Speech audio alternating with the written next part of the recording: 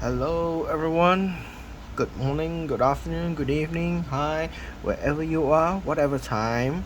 Today, this video is recorded on 27th of April, uh, 2024.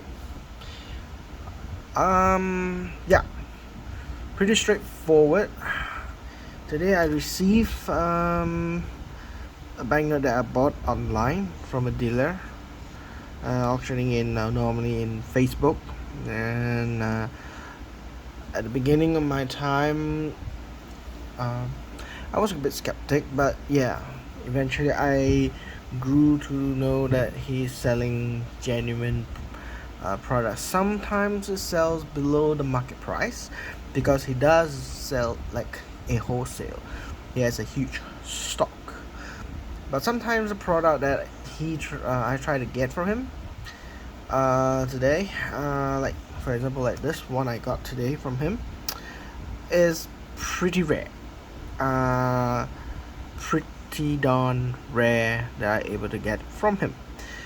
What's this? For most of Japanese collectors, banknote collectors, this is actually the original banknote printed during the Empire of Japan during before and during the Second World War. This is a 10 yen. This is the black serial number and block number, and has the full range of Bank of Japan, 10 yen, and a few words here. Then of course there another series is that the portrait here that will become much dark red color. This word is missing, this exists, and then behind it changes the layout. I actually like this version actually because the background actually is very beautiful. If it's uncirculated, the colors were very, how do I say, it uses one color, green color, but it has so much of tonality, the dark color, the shades, the multiple shades. It makes the shrine looks very promising. But once it's become tan well, like as you can see here, it looks dull. And of course, this is a so-called security features, noting that this note is genuine when they cut it out, and they have a stamp on it on the side. What's so unique about this one? I have this one a much better condition than this. Why do I buy it? It's because of this one. This stamp. Now, what does the stamp stands for? Is revalue this 10 yen note after the Second World War. When the Japanese are defeated, they started using this. So how it goes? Well, this note is still 10 yen valid,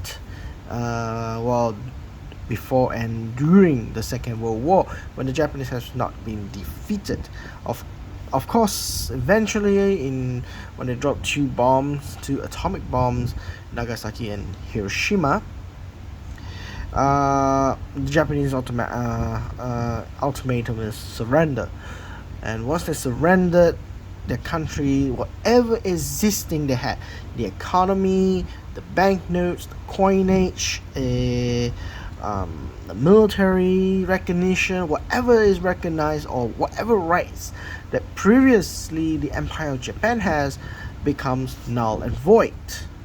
One good in history, in Japanese history, one of the most notorious so-called the untouchables family or clans are the Zaibatsu, a conglomerate family that owns multiple corporations in Japanese industry.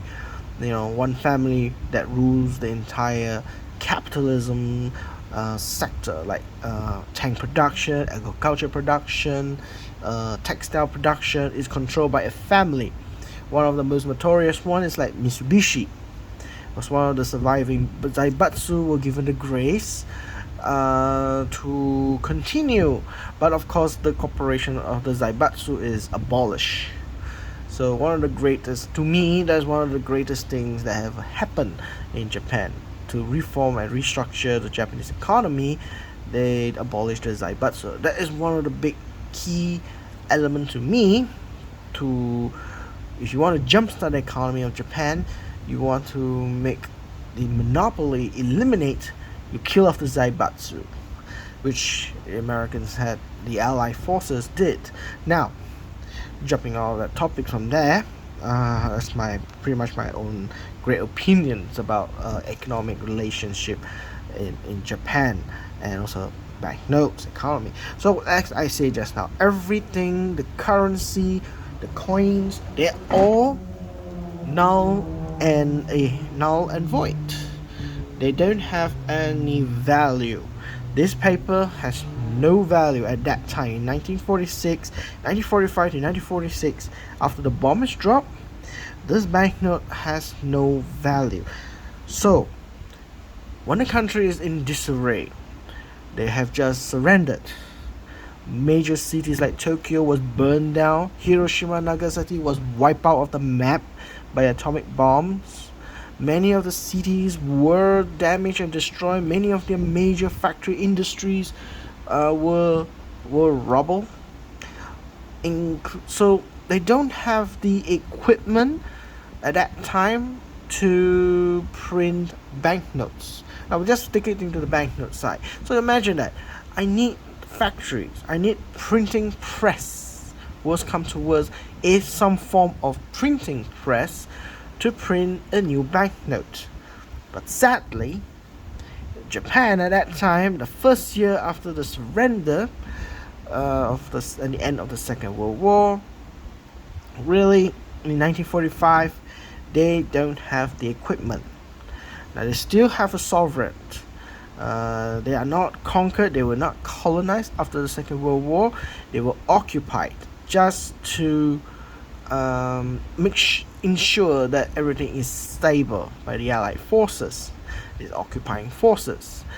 But Japan still runs on its own. Financially, they have to rebuild. Politically, they have to rebuild. Military, at the moment, not so important. So they put that on the sideline. Security-wise, like police, infrastructure, whatever, they need to rebuild all from the scratch. Financial side and banknote, they do need to rebuild. So they have no factory, there's no printing to able to be done. So they have stick to the limitation that whatever they can do, how are we going to supply money in 1946 or even the late 1945? How are we going to reinstate our currency has value, okay, and has been restructured financially? Because at that moment of the Second World War ends, most of the citizens know that all the money they previously have is null and void. The bank expectation is at that time the Bank of Japan is to print new money, but they were not ready yet. So one of the things they can do is to print this thing, this stamp actually. So of course in the old days, even 100 years ago, stamp is considered as a payment certificate. It's still considered like America is the fractional currency, and in Great Britain they use as payment. To declare that the document has been paid into the fee, you stamp with a paper onto the document that declares it as paid. So another way is to revalue, to reassure that this banknote has been checked and verified and has been revalued to 10 yen. If you can see the stamp here, okay, it's 10 yen. So this banknote has been certified by the post-war government that and the post-war financial institution that this money has been revalued as a new 10 yen.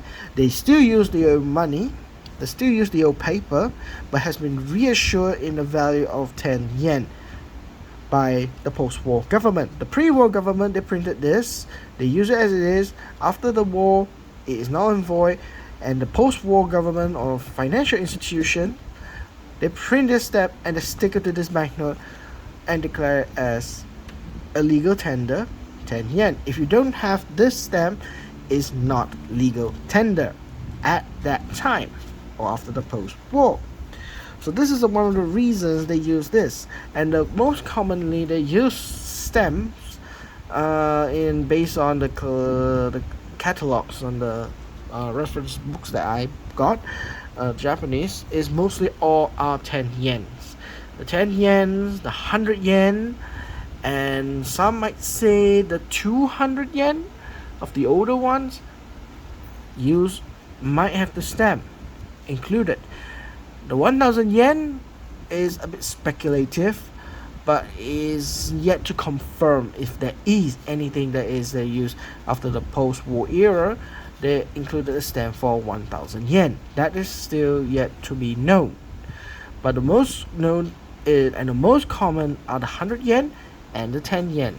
Whatever series it is, the older series, this kind of 10 yen has a couple of variations. They have this block one, the black color prefix, and with both sides has a word. There is a black color prefix without the serial number, without any word here, and then they have another one with the red color block number, no serial number, etc. and so forth. Those banknotes, all of them was recirculated back. They will reuse it and recirculate it back to the population after the post-war, which to assure the value they put the stamp, the 10 yen stamp like this, something like this, and they just glue it. They glue it onto the banknote like this at the corner, stating that this note is assured of value of 10 yen. How much I got this one? Well, based on this condition wise, it's pretty much let's see, on my catalog book, I would just consider this as fine to very good condition. Wouldn't judge it very high, but anyway, it's a very difficult banknote to find. So one of it I can say, based on the catalog, as you can see, there are two types. The 5 yen were not included. 10 yen was in. The 100 yen is included.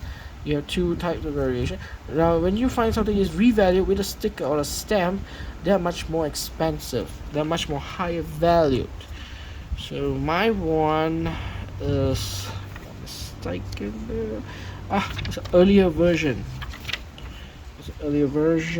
There. Sorry, this one.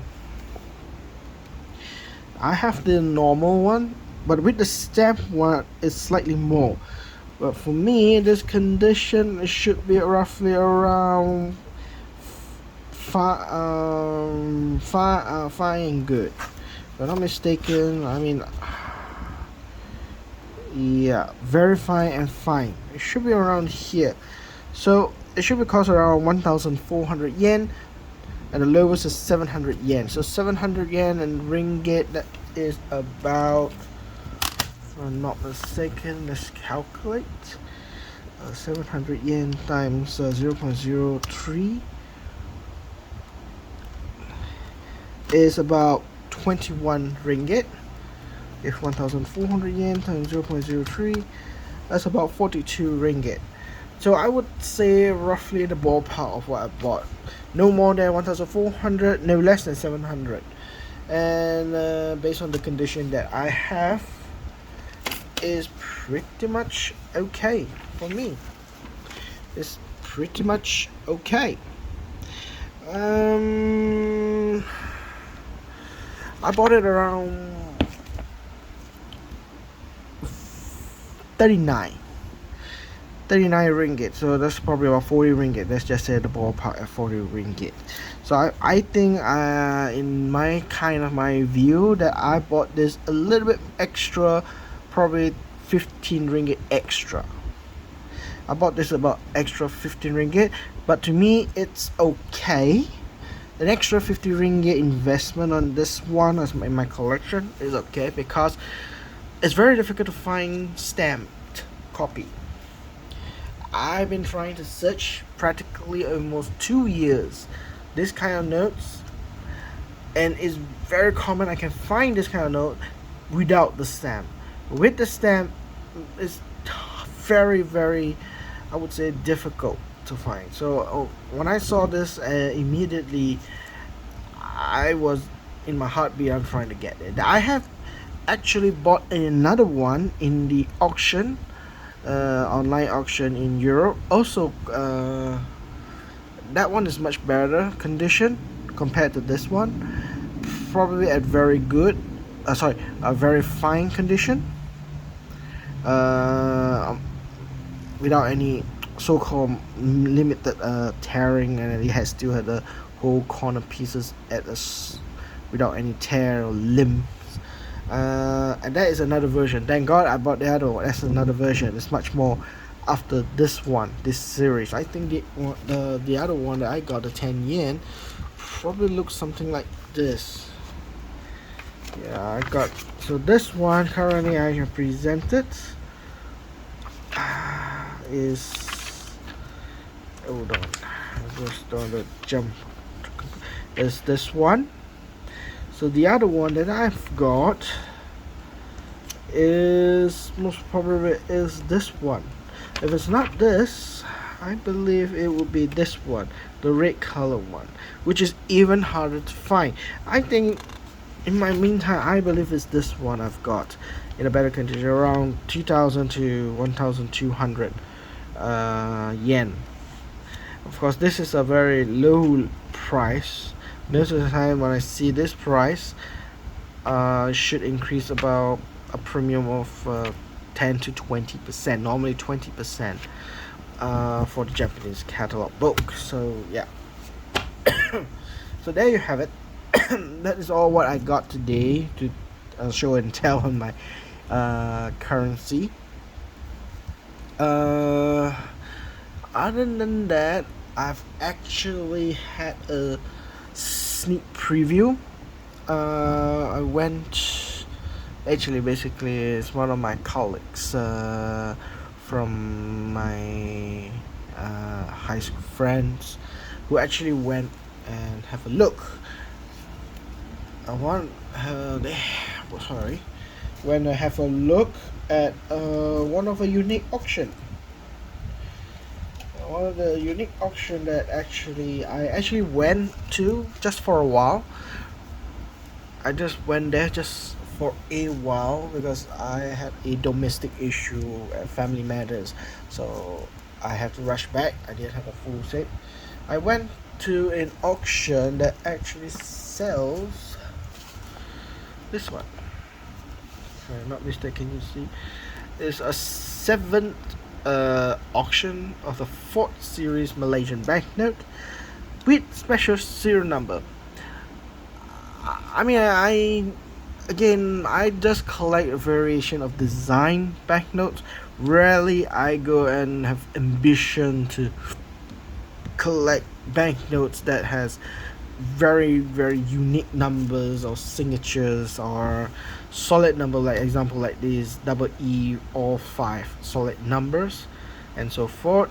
So very rare. It was today at the Sasana Kinjang, Jalan Toto On, Kuala Lumpur, auction prepared by the MMP auctioneers, controlled by ISO for quality management system, official auctioneer appointed by the Bank Negara Malaysia. Now, this auction is very unique. I just went and have a look of it for about half an hour or 1 hour or so. Most of the notes that they are selling at that time is all Malaysian currency, the very new one. But what is so unique about it, they're actually selling these. If you notice, these are the serial numbers on the banknote here. So like this one is, the prefix is PH 1 2 3 4 5 6 7 and 7 6 5 4 3 2 1. Two banknotes, same number but in the reverse. So those kind of, that's how they're selling. And you know, you look at it, wow, it's very cheap, 100 ringgit, the indicative price, the starting price There are market for people who buy this. Majority of the people who bought or gambling on buying of this kind of notes, they are not really collector's material. They're this niche as a collection for collector's purpose is very, very, very small. Even for my friends and colleagues, rarely they collect this. The reason is because the speculators and the investors are willing to spend huge money to get it. Just how an example that there's two notes as 1 2 3 4 5 6 7 as 7 6 5 4 3 2 1. That item for that two, I noticed they're selling around the auction house was sold price was 4,500 to 6,000. On average, they're selling most of the items over there around 4,000, 6,000, 7,000 ringgit. Those are ridiculous price. Each of the items as they go by, as I observe, each of the items they go by, they're always triggered high figures. At the beginning it started at 2,000, then say jump up higher and higher, goes up to 4,500, go 5,000, then 6,000, yada yada yada. That is just for the small denomination. I only went and see the $1, the $5, $10, 20, 50, and the 100. I didn't witness it because I have other commitments I have to go to on that day also, due to family reasons and so forth. Probably all these notes that go over in 10,000 or 15,000 or 20,000. Who knows? Especially I saw one in the item here. They're selling double E, all eights, 8 solid numbers. Now, if you want an Asian, particularly if you are Chinese, there you have it. Particularly if you're Chinese, this note probably will sell way more than the starting price of 800 ringgit. They are selling probably around 25,000.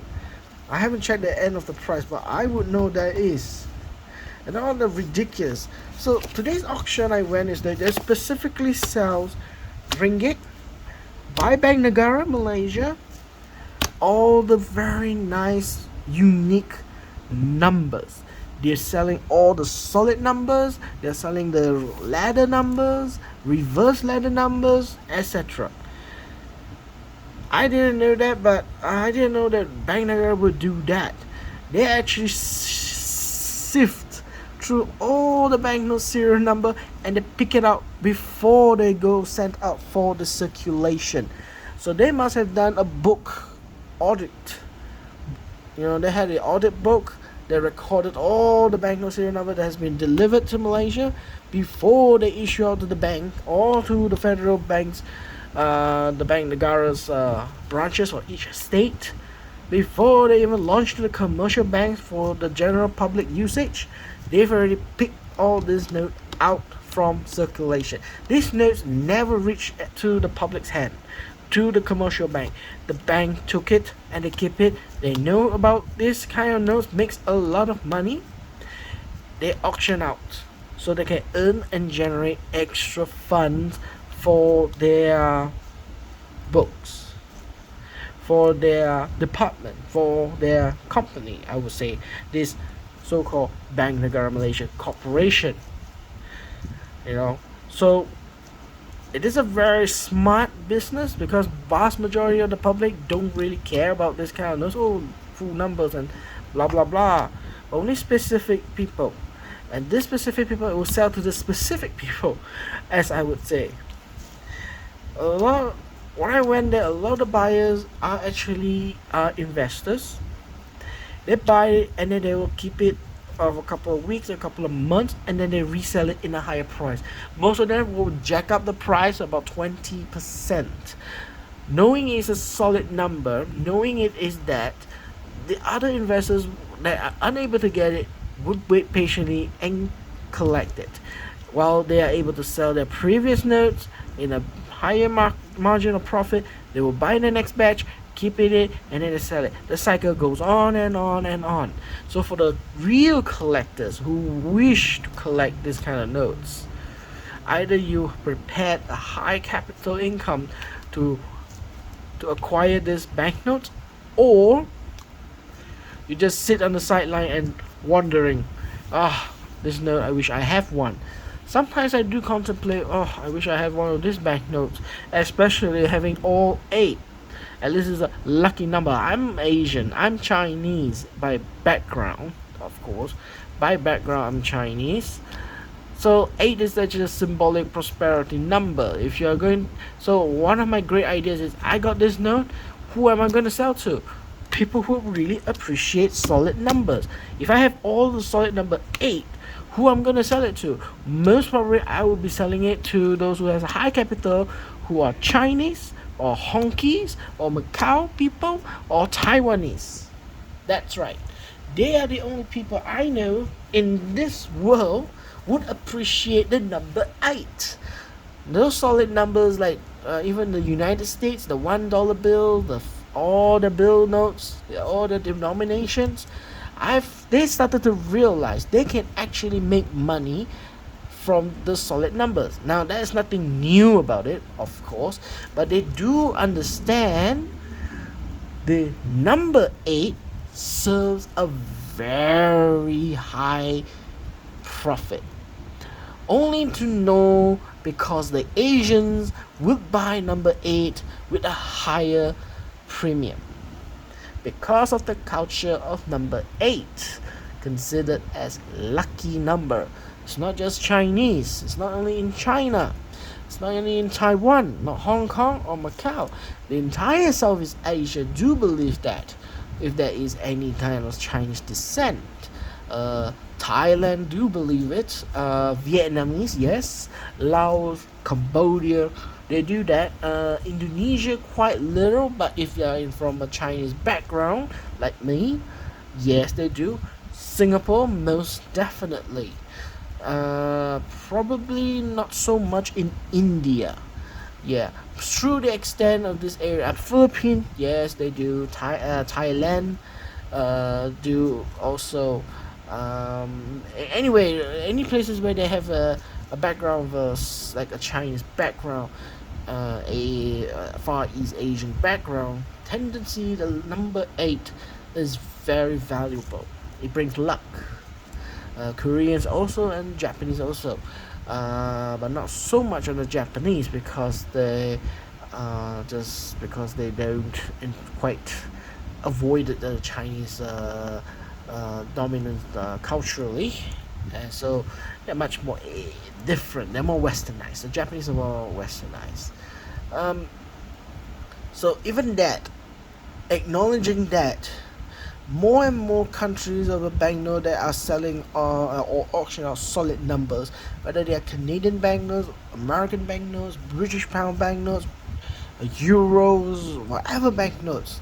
If you find a solid number and has a huge number or solid 8, you can actually just think of it, just sell to the Chinese, because they will pay a lot of money. They'll pay crazy money for it, because in China, if there's especially the rich one who collects banknote, they want all 8s.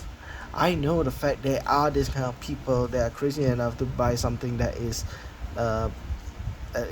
inflated, and one of those is the Chinese. So that's one way to say for investment. Other than that, I actually got this one as actually a quite simple so-called brochure talking about Malaysia's changing to a new currency series, which this, to be honest, we know this has been changed for since quite long time ago.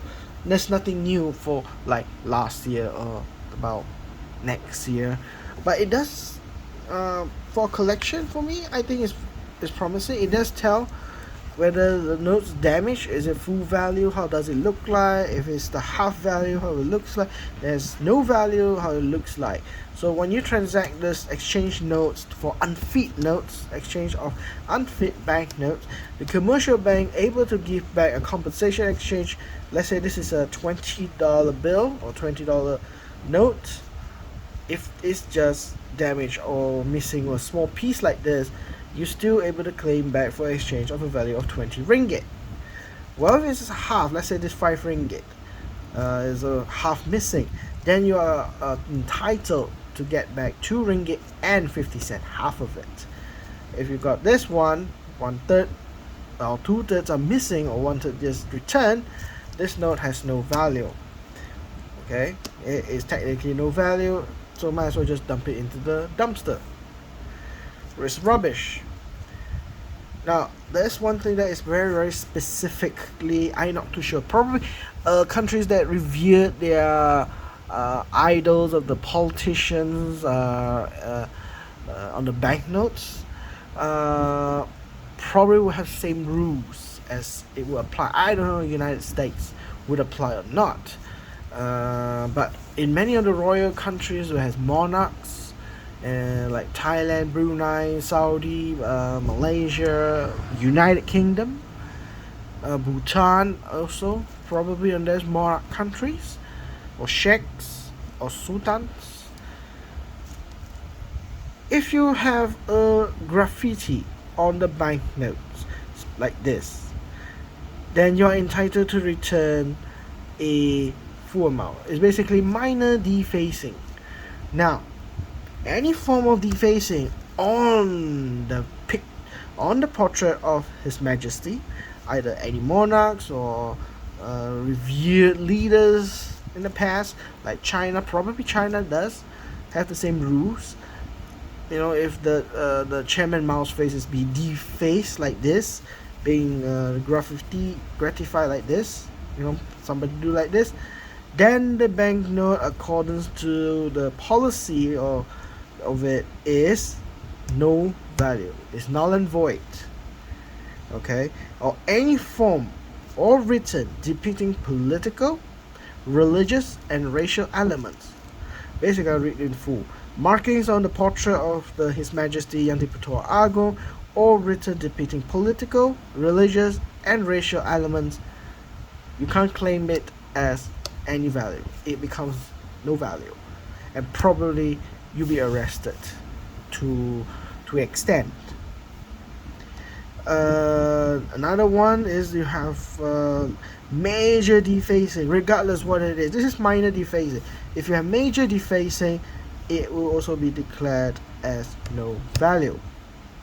So those are one of those conditions. So this catalog actually is a story of the new banknote. It's an introduction to the current currency in Malaysia that is using today. So this catalog is a good example for me as a collection, for reference, as a collection actually, not reference, but more for collection. For those who doesn't know Malaysian ringgit, probably I would show them this catalog. At least they'll know the full scale of what Malaysia's banknote is and what the condition. So something like this is considered as unfit for recirculation, like partially burned, too crumpled, missing or punctured, color has been worn off, shrinkage, especially plastics. When plastic hits high temperatures, because they're plastics, so the level of the plastic transform from solid to liquid has a certain temperature point, and I would say is very low. They will start to shrink, especially in hot water or boiling. Put it in the boiling water, it will shrink.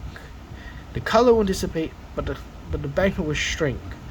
So be careful when you have plastic banknotes if you want to keep away from heat.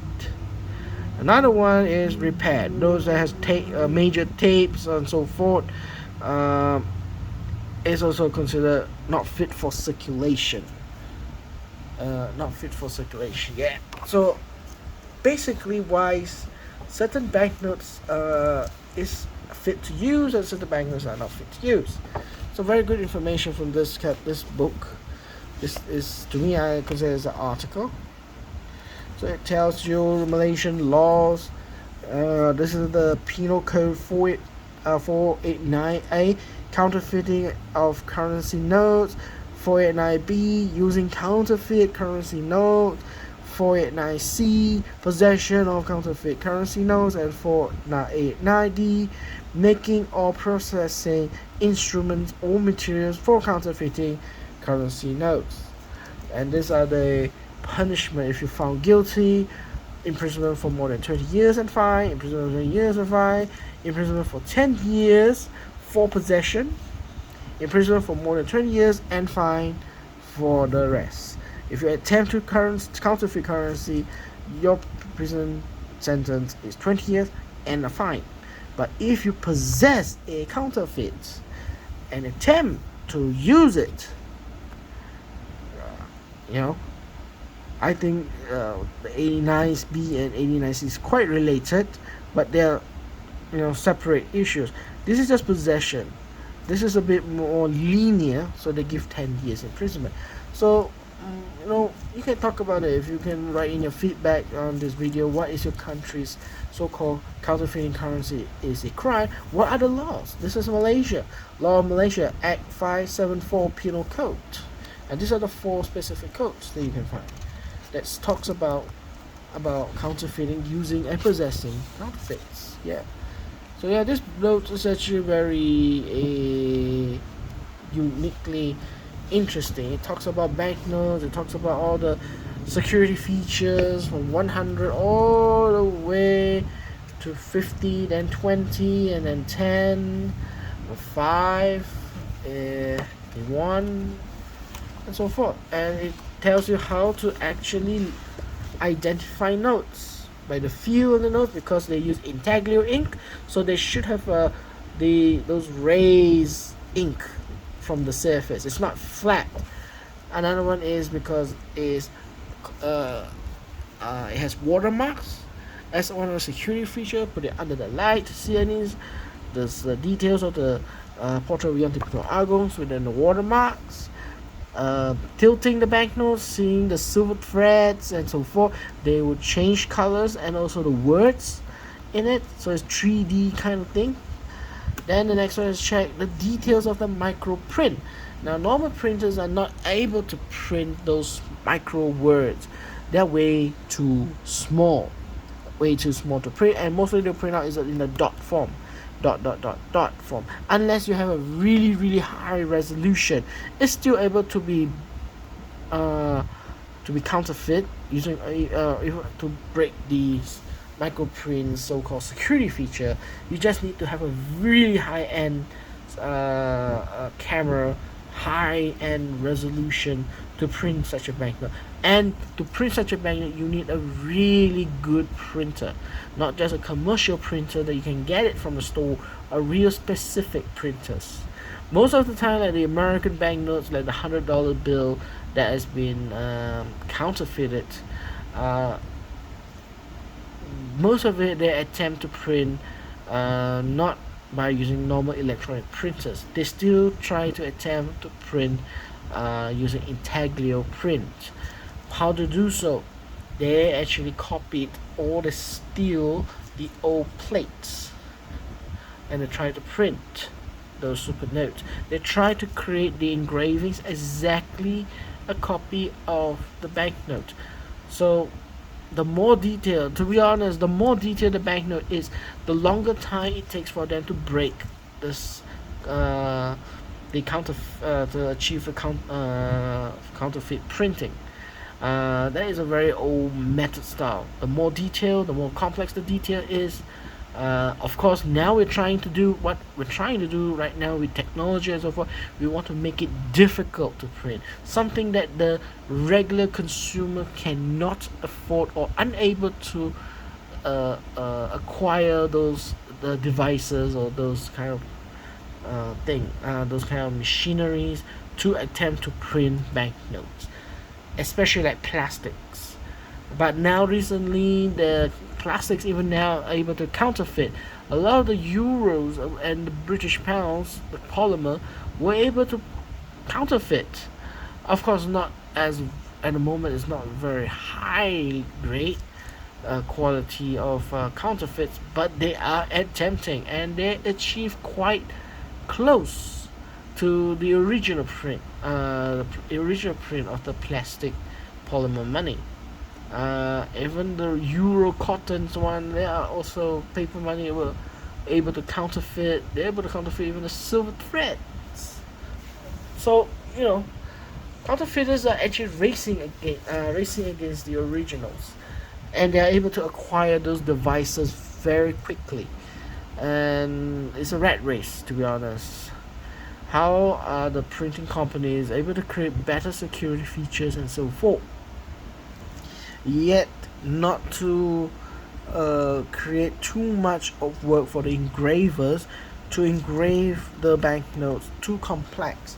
Because again, the more complex the engravings is, the longer time to replace those plates for the print, because the engravers have to do double time, more work for them, and you need to hire more engravers. And engraving is a skill set that is very difficult to achieve mastery, because you need to do the microprint. The microprints were all done by hand.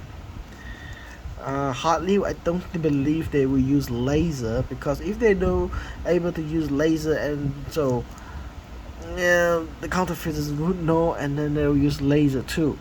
So maybe acquiring a very powerful laser to do microprint, probably the technology. So it's either racing against the tech, using the technology advancement, or the the labor intense counterfeiting. You want to make the notes, in the old days they would make the notes so impossible to do a counterfeit in a short span of time. It's not worth it. So the more complex the design of the banknote in it, the more they would discourage or have difficulty to counterfeit. One good example I have, where is that example that I have? Oh, it's not here with me at the moment. Where is that note that one great example is the one note that I have said before, but I'll say it again. Like this note. The more complex the design, the more detail in the banknote is, especially even the back one here, the more asymmetrical. You know, this two angels, a different face. One is looking more one down, one is looking very brightly high. You know, both is different. You know, it's asymmetrical, I would say. The more detailed the design is, the harder for the counterfeiters to reproduce another one like this. So you have to think of it right now, it's like a two joint camps between two worlds. For the printers, they would do either they print, the design is more simplistic, so they can mass print quickly, and the engravers would acquire to build more to produce the plates more quicker and easy in a short span of time, with using technology as a security feature, something that a normal consumer cannot afford to acquire it, too expensive or unable to acquire through legal means, or using a regular technology but has a labor intensive design on it. These are the two paths that the printing companies can do. Rarely I would see both would combine, because it would be far too expensive to produce. Combining technology and a very labor intensive engravings, design and color, the notes production will exceed the denomination that is being printed. Especially the small denomination is not worth it. It's not worth it at all. And that is one of the reasons why you see a lot of the banknotes across the countries, across the world, the large denomination banknotes, they are printed in paper or cotton, majority in cotton material. Whereas the small denomination, like for example, like Malaysia's the 1 ringgit and the 5 ringgit, they are printed in the denomination. Sorry, they are printed in the material of polymer. They're not using any more cotton to print. Reason is because the plastic, the polymer, lasts longer. They are able to withstand the usage of the frequent usage by the consumer. You know, majority of the citizens would use smaller bills like $1, $5, $20. Rarely you will see people, the common people in the market, the regular average Joe, the normal average citizens would buck up and use $100 every day. No. Even the ATM machines in the US, they will spew out $50 more often than the $100. Same goes in my country, in Malaysia. The ATM machine, they will spew up more on the $50 50 ringgit denomination rather than the 100 ringgit denomination, unless that time they're releasing new batch of 100 ringgit, which is actually right now. For those who are from Malaysia, right now, most of the ATM machines you will see, if they will spew up rather than 50 ringgit, they will spew 100 ringgit. If you are taking out cash in a higher denomination, like let's say 500 or even 300 or 200, maybe not 200, 300 ringgit, the ATM machine would spew out new governor signature from Rashid. I've actually seen now more common of the new governor signature for the 100 ringgit, because more and more the banks, the commercial banks, are dispensing into the ATM machines, and the ATM machines are collected by the regular average Joe. The normal people are using it, so the notes start to come out. But I notice right now they're coming out is a general prefix. The first prefix ones, which I have in my collection, the first prefix of EZ, I don't find it in the ATM machine actually. The only one that I managed to find in the ATM machine that I got out is this TH. I found some, but I didn't collect them. I just need one or two, that's it. Unless they have a very beautiful number. Definitely not solid number, obviously, no. As I said in the earlier video, Bank Negara will actually pluck it out so that they can profit it by selling it in auction. Greedy bastards. So I found this one. This is a first prefix for 50 baht, 50 ringgit, and EZ for 100 ringgit. Both I found to have the Rashid Gaffo signature. Sorry. So right now, ATM machines starting to spew 100 ringgit, and some, I think right now a few of them are the 50 ringgit, are dispersing the new signature of Rashid Gaffo signature. So those of you who are local Malaysians who are viewing, it is the right time to finally get one of these notes, still under a face value, in good condition. Keep it, a couple of them, and sometimes the ATM machine might be, let's say you take 1,000 ringgit, giving out 100 all, and they would be, if it's brand new, they should be in sequential number, means you will get the notes next number accordingly. There's no skip numbers. So if you're lucky, you could get that way, and then you can keep the 10 pieces for a long investment, probably next 10 years or so. if this governor doesn't serve too long, like ZT, then these notes will have a very high value impact. Of course, the one that is more worth it is the first prefix. Those are the ones that are limited number of prints, and they will fetch most definitely a great value.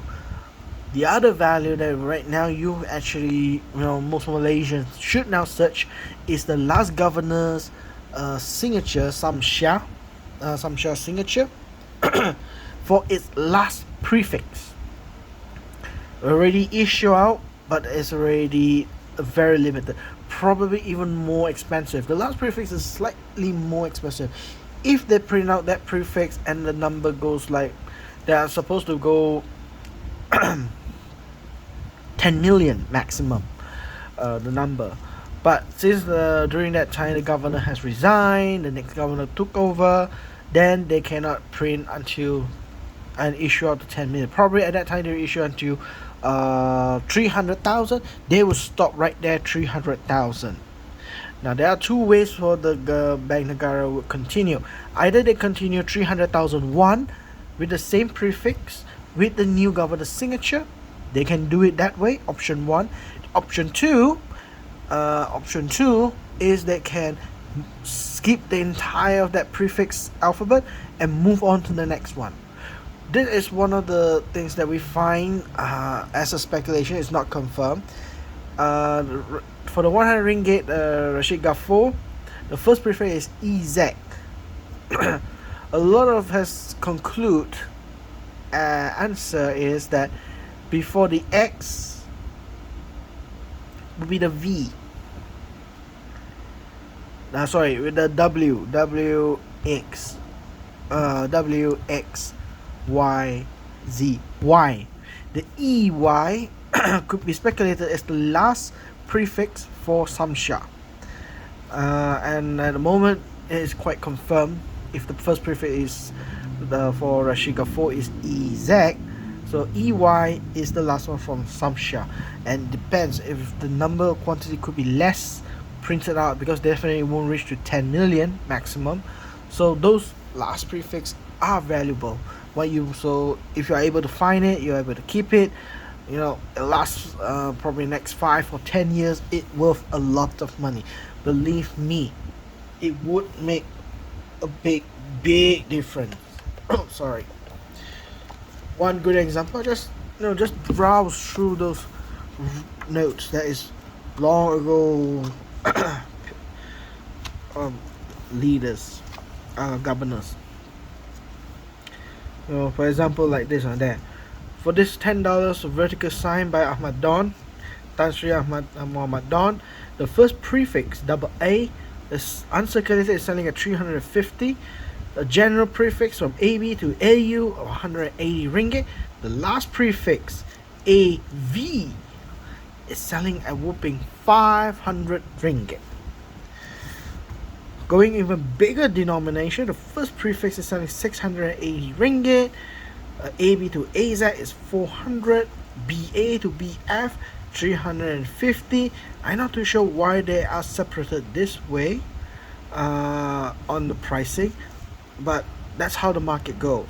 And then you look at this prefix out here, or last prefix is BG96. It has to be 96 in the first two numbers. BG96 selling at 600 ringgit. Of course, the AA is much more expensive because market driven. A lot of people demand and looking for this note. You can see the price will go up. That's how it goes. Same goes to here. Same thing. AA for 100 is very little amount, and the demand is high. They're selling at 800.